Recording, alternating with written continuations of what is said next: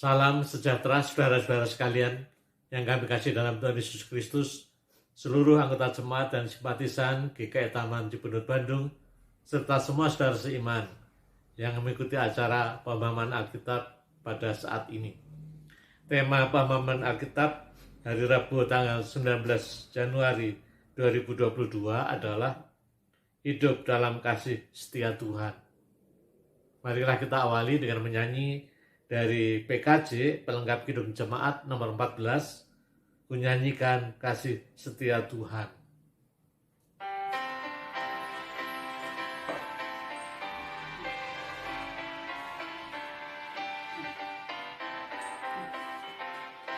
Ku nyanyikan kasih setia Tuhan selamanya, selamanya. Ku nyanyikan kasih setia Tuhan selamanya, ku nyanyikan selamanya. Ku tuturkan tak jemu kasih setiamu Tuhan, ku tuturkan tak jemu kasih setiamu turun-temurun. Ku nyanyikan kasih setia Tuhan selamanya, selamanya. Ku nyanyikan kasih setia Tuhan selamanya, ku nyanyikan selamanya. Ku tuturkan tak jemu kasih setiamu Tuhan, ku tuturkan tak jemu kasih setiamu turun-temurun. Ku nyanyikan kasih setia Tuhan selamanya, selamanya.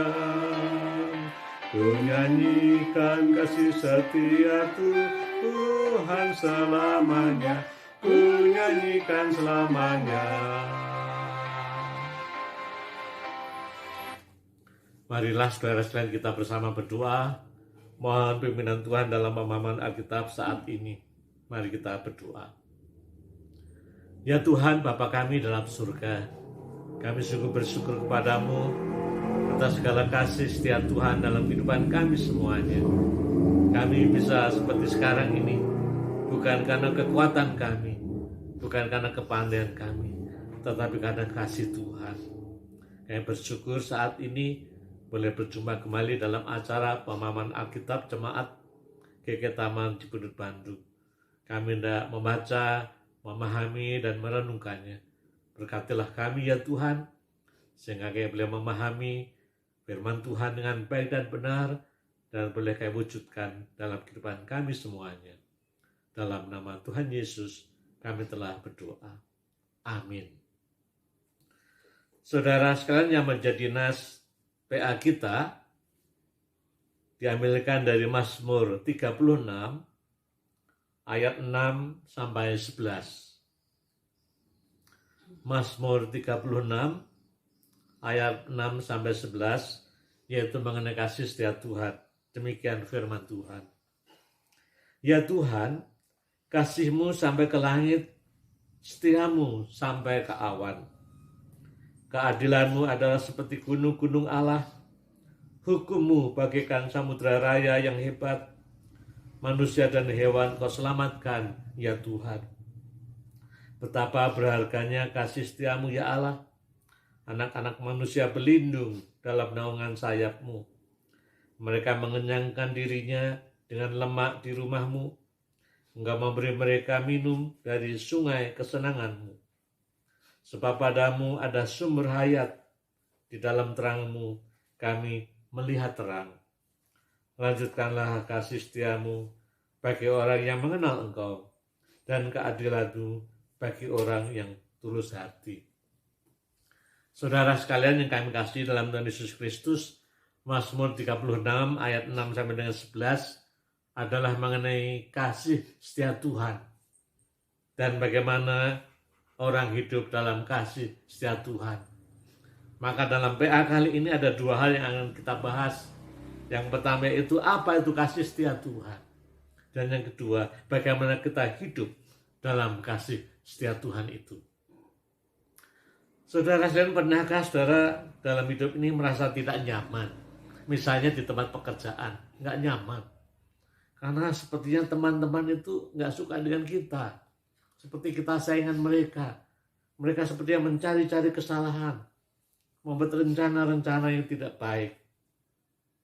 Mazmur 36 rupanya juga menghadapi situasi seperti itu. Dia hidup dalam lingkungan orang-orang yang mungkin merencanakan hal-hal yang tidak baik, hal yang jahat.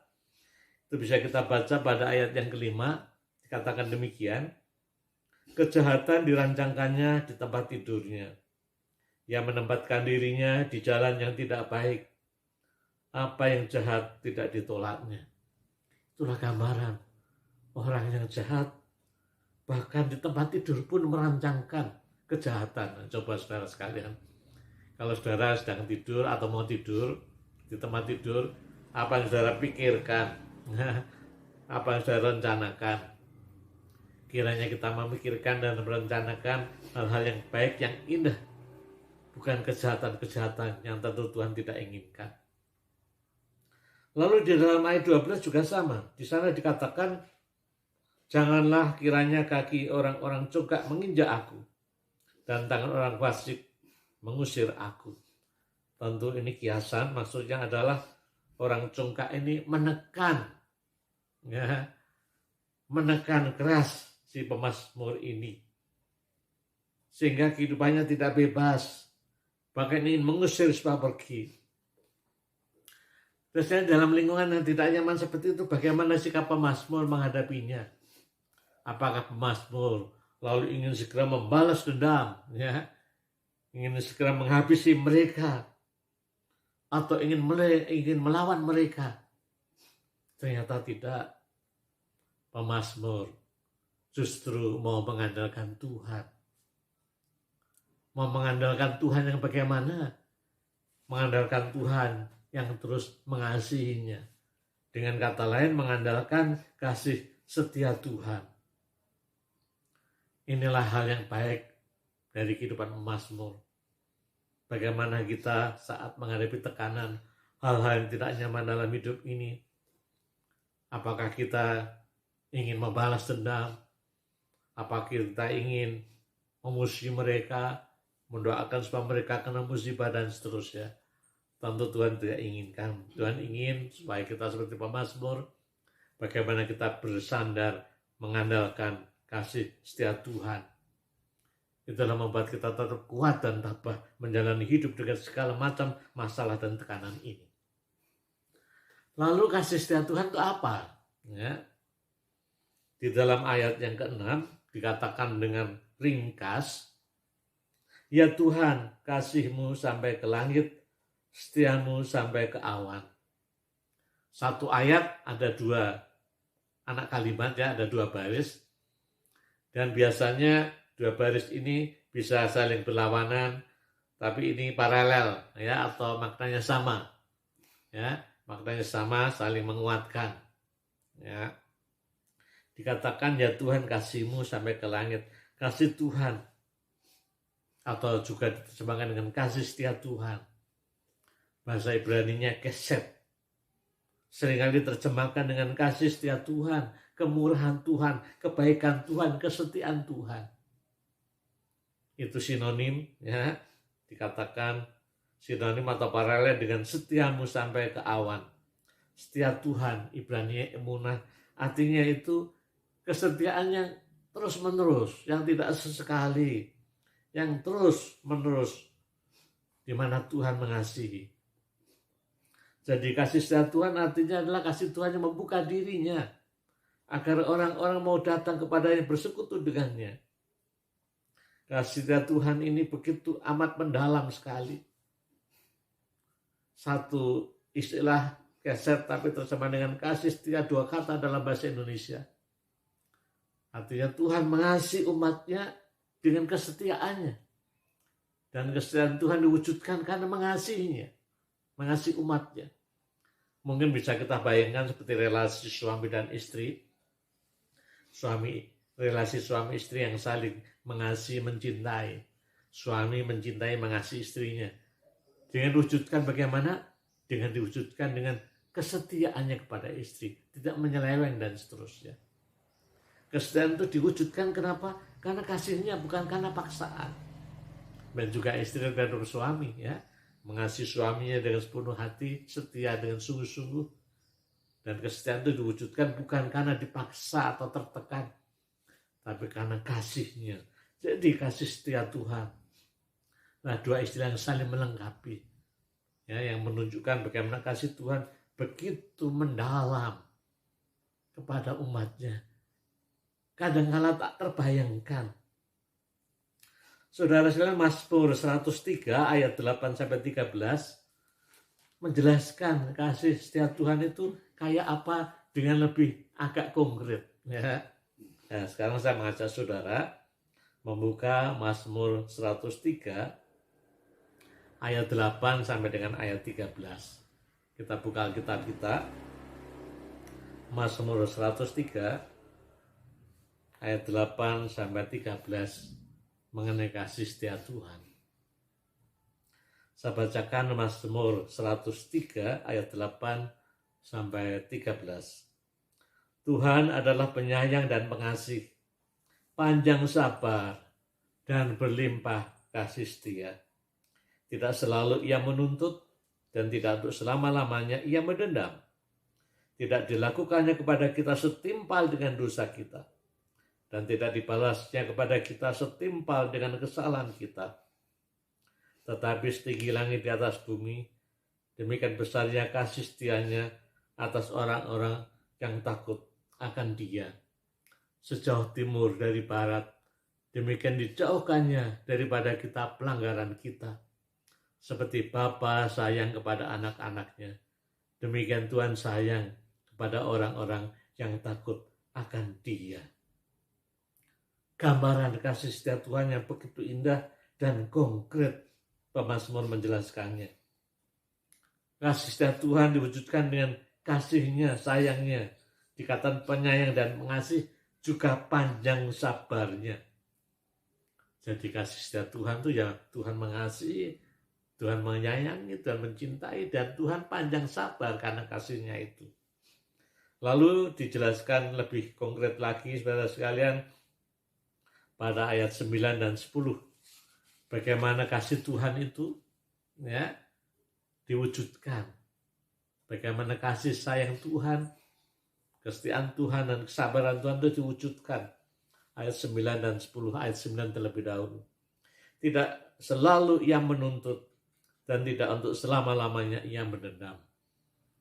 Tuhan tidak selalu menuntut, artinya memaksa seseorang untuk melakukan sesuatu, menuntut untuk melakukan hal begini begitu, memaksa. Tuhan tidak main paksa. Juga dikatakan Tuhan tidak mendendam, tidak selama-lamanya mendendam, menyimpan kesalahan atau menyimpan kemarahan. Terus yang nanti coba kita renungkan, ya, Tuhan tidak main paksa, Tuhan tidak menuntut, artinya Tuhan memberikan kebebasan kepada kita, keleluasaan kepada kita. Tuhan sudah menuntun kita ya dengan firman-Nya. Marilah bagaimana kita bersikap. Ya. Tuhan berikan kebebasan kepada kita, tidak main paksa, artinya Tuhan memandang kita sebagai manusia yang dewasa untuk bisa memilih dan menentukan mana yang baik dan mana yang tidak baik. Lalu juga dikatakan tidak mendendam, tidak menyimpan kemarahan atau kejengkelan lalu ingin membalas. Ya. Kita bersyukur pada Tuhan, saudara sekalian, bahwa kasih setia Tuhan begitu mendalam, tidak mendendam, tidak main paksa. Kalau mendendam dan main paksa, habislah kita semuanya. Kalau Allah suka membalas dendam, habislah kita semuanya. Lalu juga contoh konkret selanjutnya, ayat yang ke-10. Tidak dilakukannya kepada kita setimpal dengan dosa kita, dan tidak dibalasnya kepada kita setimpal dengan kesalahan kita. Oh, luar biasa. Kasih Tuhan begitu tinggi, begitu mendalam, begitu lebar. Tuhan tidak terus mengingat kesalahan kita, lalu membalas kesalahan itu. Tapi Tuhan adalah jiwanya selalu terbuka. Ingin anaknya kembali kepada Tuhan. Dikatakan bahwa Tuhan tidak membalas dengan setimpal apa yang kita lakukan. Kalau Tuhan membalas setimpal dengan yang kita lakukan, celakalah kita. Misalnya kita berbohong, ya, lalu Tuhan membalas kita dengan membuat kita bisu, keluh, celakalah kita. Kalau kita misalnya berpikir jahat, merencanakan yang jahat, dosa nggak hanya perbuatannya, pikiran itu juga sudah dosa. Lalu Tuhan membalas kita dengan setimpal yang kita pikirkan yang jahat itu. Lalu kita dibuat demensia, ya, lupa ingatan. Wah, celakalah kita. Kalau kita misalnya berkata-kata yang tidak senonoh pada orang lain, pada orang tua, pada sesama, pada Tuhan, kata-kata yang kasar yang tidak pantas, lalu Tuhan membalasnya dengan membuat mulut kita sariawan semua, tidak bisa berkata-kata. Wah, begitu repotnya kita semuanya. Terus kan kalau Tuhan suka menuntut, membalas dendam, ya, Tuhan tidak sabar, sekali lagi habislah kita semuanya.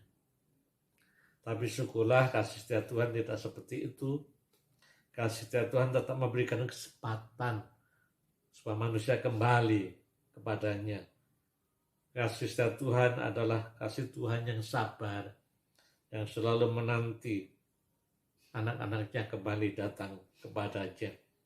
Tidak segera dibalas setimbal dengan kesalahan kita. Kasih setia Tuhan begitu panjang, tinggi dan lebar. Di sini dikiaskan pada ayat 11. Setinggi langit di atas bumi, demikian besar kasih setianya.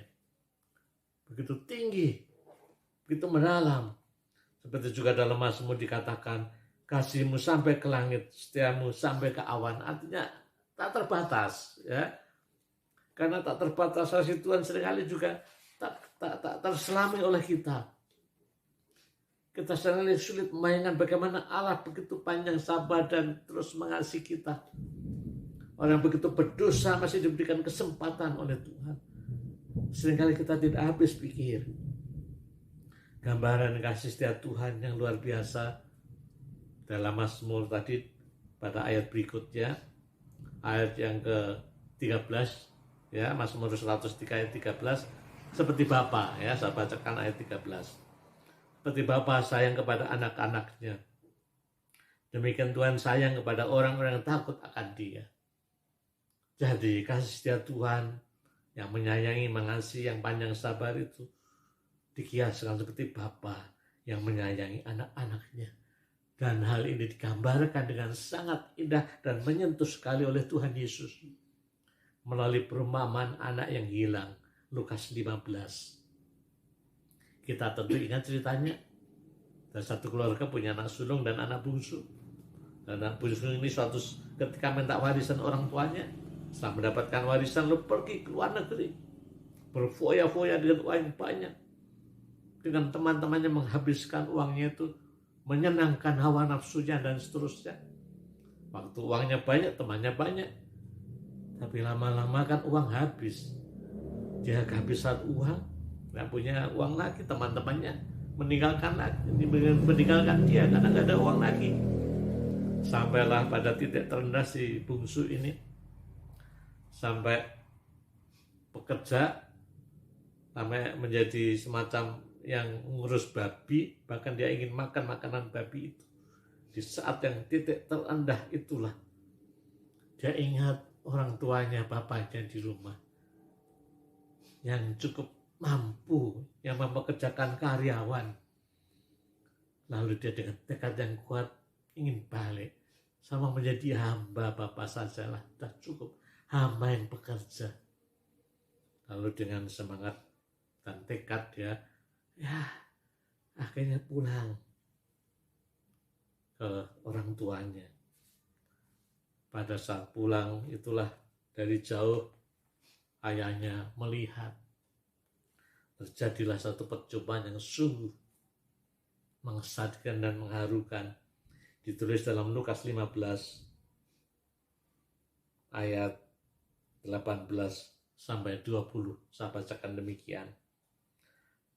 Aku, maksudnya si bungsu ini yang terhilang ini, aku akan bangkit dan pergi kepada bapakku dan berkata kepadanya, Bapa, aku telah berdosa terhadap surga dan terhadap Bapa. Aku tidak layak lagi disebut anak Bapa. Jadikanlah aku sebagai salah seorang upahan Bapa. Maka bangkitlah ia dan pergi kepada bapaknya. Ketika ia masih jauh, ayahnya telah melihatnya. Lalu tergeraklah hatinya. Hati sang ayah ini oleh belas kasihan. Ayahnya itu berdiri, lalu mendapatkan dia, lalu merangkul dan mencium anaknya itu. Coba bayangkan saudara sekalian, seorang bapak, kasihnya yang luar biasa, sekian lama, sekian tahun, masih terus menantikan anaknya. Kalau melihat kesalahan anaknya, secara manusia kita mungkin jengkel. Enak aja, sudah ambil warisan, dihabiskan, senang-senang secara dunia, sekarang susah, kembali lagi. Tapi hati Bapa yang dipenuhi dengan kasih setia tidak seperti itu. Selalu membuka hatinya menerima anaknya yang salah jalan itu, yang terhilang.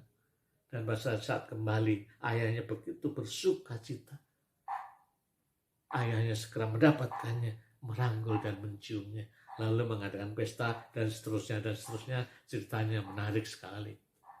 Dan selain itulah kasih setia Tuhan yang panjang sabar, yang selalu menanti-nanti anaknya untuk kembali datang dekat kepadanya, yang tidak membalas kesalahan atau dosa dengan hukuman yang setimpal, tidak menyimpan kesalahan di dalam hatinya, tidak mendendam, tapi selalu membuka tangan dan hatinya untuk menerima orang-orang yang kembali kepadanya. Anaknya yang kembali datang kepadanya selalu diterimanya. Dan Bapa atau Allah kita selalu senang merangkul dan mencium kita sebagai anak-anaknya. Oh, kita datang kepadanya. Saudara sekalian, itulah kasih setia Tuhan pada umatnya, juga pada kita semua. Dalam Mazmur 36, ya, ada tambahan lagi bagaimana kasih setia Tuhan digambarkan. Selain tadi ya, menyayangi, mengasihi, panjang sabar, setia, dan banyak hal yang baik itu. Lalu ada tambahan lagi ayat 9, Mazmur 36, kita kembali ke awal tadi, Mazmur 36 ayat 9, saya baca. Mereka mengenyangkan dirinya dengan lemak di rumahmu, rumah Tuhan. Nggak memberi mereka minum dari sungai kesenanganmu. Jadi kasih setia Tuhan juga diwujudkan dengan apa? Dengan Tuhan mencukupkan kebutuhan-kebutuhan kita. Bukan hanya kebutuhan spiritual, tapi juga kebutuhan fisik jasmani kita. Diungkapkan bagaimana pemazmur dicukupkan kebutuhannya. Kita juga bersyukur kalau kita boleh hidup dengan layak, dengan segala kebutuhannya tercukupi kebutuhan kita. Inilah juga karena kasih setia Tuhan. Lalu ayat yang 10, Mazmur 36 ayat yang ke-10. Sebab padamu ada sumber hayat, di dalam terangmu kami melihat terang. Kasih setia Tuhan juga diwujudkan dengan memimpin kita pada jalan yang terang, yang membawa kepada keselamatan. Dalam Alkitab, terang dan gelap seringkali diperlawankan. Gelap itu melambangkan kematian. Jadi kalau Tuhan memimpin kita, Tuhan menuntun kita pada jalan yang terang, artinya jalan yang benar, jalan yang menuju kehidupan, keselamatan, bukan menuju kepada kebinasaan. Saudara, selain itulah kasih setia Tuhan yang tiada batasnya, yang sangat tinggi, sangat luas dan dalam, yang tak terselami kita, tapi diwujudkan kepada kita semua. Lalu pertanyaan berikutnya, saudara sekalian, lalu bagaimana ya kita hidup dalam kasih setia Tuhan itu. Bagaimana kita merespon kasih setia Tuhan itu.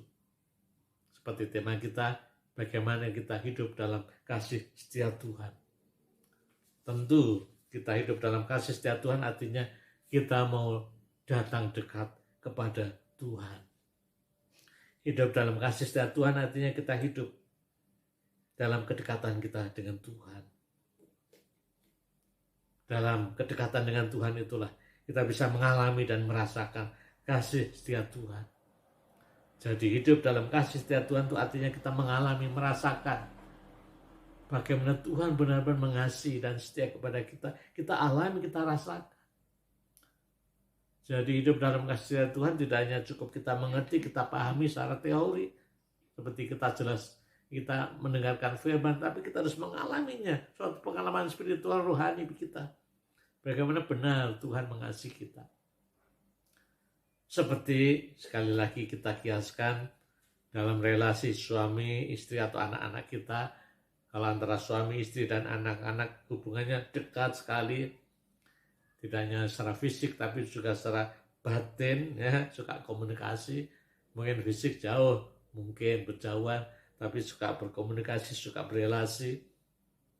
Kalau hubungan dekat itulah maka masing-masing suami, istri, anak-anak bisa mengalami, merasakan bagaimana sebenarnya suami, istri atau anak-anak atau orang tua itu ternyata betul mengasihi mereka. Dengan hal-hal yang kelihatannya sederhana tapi itu tanda kasih. Misalnya anak tanya pada orang tua, Pak Ahmad, senang apa, mau dibelikan apa, mau makan apa. Itu kelihatan sederhana, tapi suatu tanda perhatian kita mengalami. Anak ternyata perhatian pada kita, kita akan senang kalau anak peduli kepada kita.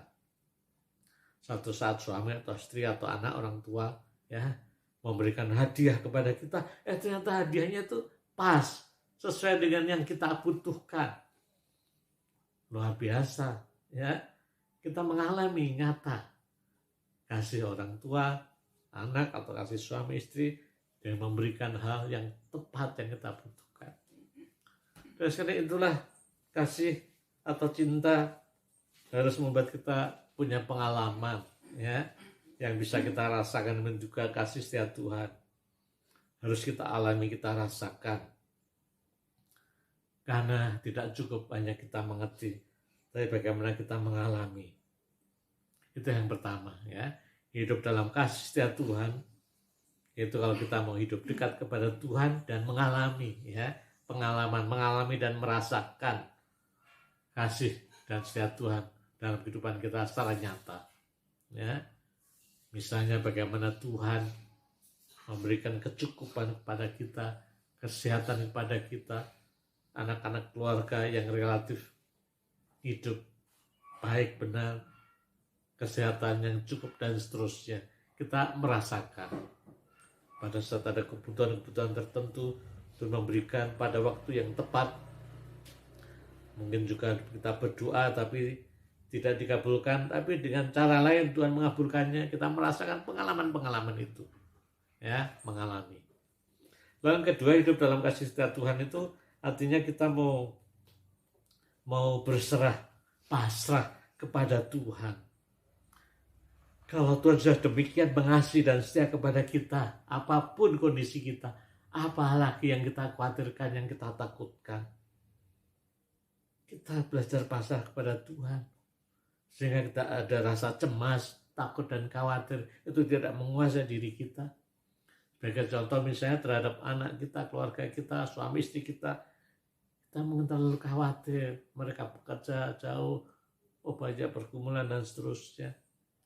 Tapi dengan kekhawatiran itu apakah mengubah situasi dan keadaan? Tidak. Selain usaha kita, marilah kita bawa dalam doa, kita berserah. Tuhan, itulah pergumulan anak, suami, istri, dan seterusnya. Dengan kita berdoa, berserah kepada Tuhan, dan keyakinan kasih Tuhan juga akan nyata dalam kehidupan mereka, anak, cucu, suami, istri kita. Maka kita bisa merasa lega, ya, dan Tuhanlah akan mengaturnya untuk kebaikan mereka semuanya. Kasih setia Tuhan, hidup dalam kasih setia Tuhan artinya belajar pasrah dan berserah kepada Tuhan. Lalu ketiga, hidup dalam kasih setia Tuhan artinya hidup pada jalan Tuhan. Hidup pada terang Tuhan, hidup pada kebenaran firman Tuhan. Karena kasih setia Tuhan, Tuhan menuntun kita agar kita tidak salah jalan. Agar kita tidak menuju kebinasaan. Yang menuntun kita agar kita tahu dan memilih jalan yang benar, jalan terang yang menuju kehidupan dan keselamatan, yaitu firman Tuhan yang diberikan kepada kita semuanya. Maka hidup kita akan terasa lega dan tenang kalau kita hidup di dalam kebenaran firman Tuhan. Saudara-saudara sekalian, itulah kasih setia Tuhan yang tiada batasnya, yang tiada akhirnya, yang diberikannya kepada kita semuanya. Apakah kita merasakan dan mengalaminya? Marilah kita hidup dalam kasih setia Tuhan. Selamat menjalani hidup dalam kasih setia Tuhan. Amin. Marilah saudara sekalian, sekarang kita masuk di dalam doa syafaat. Mari kita berdoa. Ya Tuhan, Bapa kami dalam surga, kasih setiamu kepada kami sungguh tiada bandingnya dan tak terbatas. Begitu luhur, besar dan mulia. Kau selalu membuka hatimu untuk kami semuanya, menyayangi kami habis-habisan, terus menantikan kami pada saat hidup kami jauh dari Tuhan. Engkau juga tidak segera mendendam dan menghukum kesalahan-kesalahan kami. Panjang sabar itulah yang Kau tunjukkan. Ampunilah kami Tuhan kalau seringkali kami salah mengerti, menanggapi kasih setiamu itu. Dengan kami hidup semau kami sendiri, merasakan sepertinya Tuhan tidak berbuat apa-apa. Oh Tuhan, ampunilah kami semuanya. Tolonglah kami agar kami terus bisa merasakan kasih-Mu dan meresponnya secara benar, yaitu hidup dalam kasih setia Tuhan. Selalu dekat kepadamu dan mengalami kasih-Mu. Hidup dalam kepasrahan kepadamu. Dan hidup dalam firman Tuhan. Ya Tuhan, Bapa kami dalam surga, kami terus berdoa untuk seluruh anggota jemaat simpatisan GKI Taman Cipunut Bandung dan kami semua yang mengikuti PA ini. Berkatilah hidup mereka ya Tuhan. Nyatakanlah kasih setiamu kepada mereka, sehingga mereka benar-benar mengalaminya dan selalu hidup dalam syukur dan damai. Karena kasih Tuhan nyata dalam kehidupan mereka semuanya. Kalaupun ada pergumulan masalah-masalah, mungkin soal kesehatan, sakit penyakit, mungkin soal pekerjaan, soal keluarga, dan yang lain-lain. Kiranya kami hadapi itu semua dengan iman kepada Tuhan yang terus mengasihi dan setia kepada kami tiada hentinya, sehingga kami selalu berpengharapan di dalam Tuhan, tidak putus asa, dan Tuhan akan memberikan solusi yang baik dan tepat. Tuhan Bapa kami dalam surga, khusus dalam konteks GKI Taman Cipunut Bandung, kami juga berdoa untuk proses pencalonan penatua. Tuhan pimpinlah sehingga ada banyak anggota jemaat yang merasa dipanggil oleh Tuhan menjadi penatua. Yang percaya jabatan gereja penatua adalah panggilan Tuhan. Biar kami semua bisa merasakannya dan kami meresponnya dengan bertanggung jawab. Yang bersyukur untuk anggota jemaat simpatisan GKI Taman Cipunut Bandung yang sudah ambil bagian dalam pelayanan-pelayanan yang lain. Tuhan berkatilah mereka semuanya. Oh Tuhan, kami juga terus berdoa untuk usaha-usaha pemerintah dan semua masyarakat dalam mengatasi pandemi virus corona. Yang bersyukur kalau sudah mulai terkendali, walaupun ada permunculan jenis-jenis virus corona yang baru yang mungkin juga kadang-kadang membuat orang ketakutan. Bagi yang percaya dengan hikmat dan pimpinan Tuhan, Tuhan memberkati apa yang direncanakan dan dilakukan pemerintah dan didukung oleh semua pihak. Sehingga vaksinasi 1-2 sebagian besar boleh dilakukan. Walaupun belum merata, Tuhan berikanlah keadilan dan kemerataan. Lalu sekarang juga dimulai vaksin yang ketiga atau booster. Biar juga dilakukan dengan baik, benar, dan teratur. Saya bersyukur untuk pemerintah yang mengusahakan perlindungan kesehatan bagi masyarakat. Dan saya percaya itulah juga cara Tuhan berkarya, menunjukkan kasih setiamu. Ya Tuhan, terima kasih, inilah doa kami semuanya. Ya panjatkan dalam nama Tuhan kami Yesus Kristus, Juru Selamat kami yang setia, yang kasih setiamu tiada berkesudahan. Amin. Saudara sekalian, selamat menjalani hidup dalam kasih setia Tuhan dan memberkati kita semua. Kita akan akhiri dengan memuji Tuhan dari pelengkap Kidung Jemaat atau PKJ nomor 14 tadi. Kita nyanyikan bait yang pertama, ku nyanyikan kasih setia Tuhan.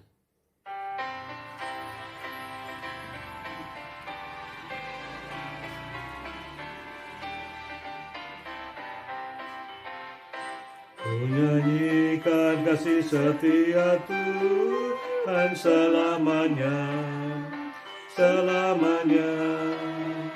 Ku nyanyikan kasih setia Tuhan selamanya, ku nyanyikan selamanya.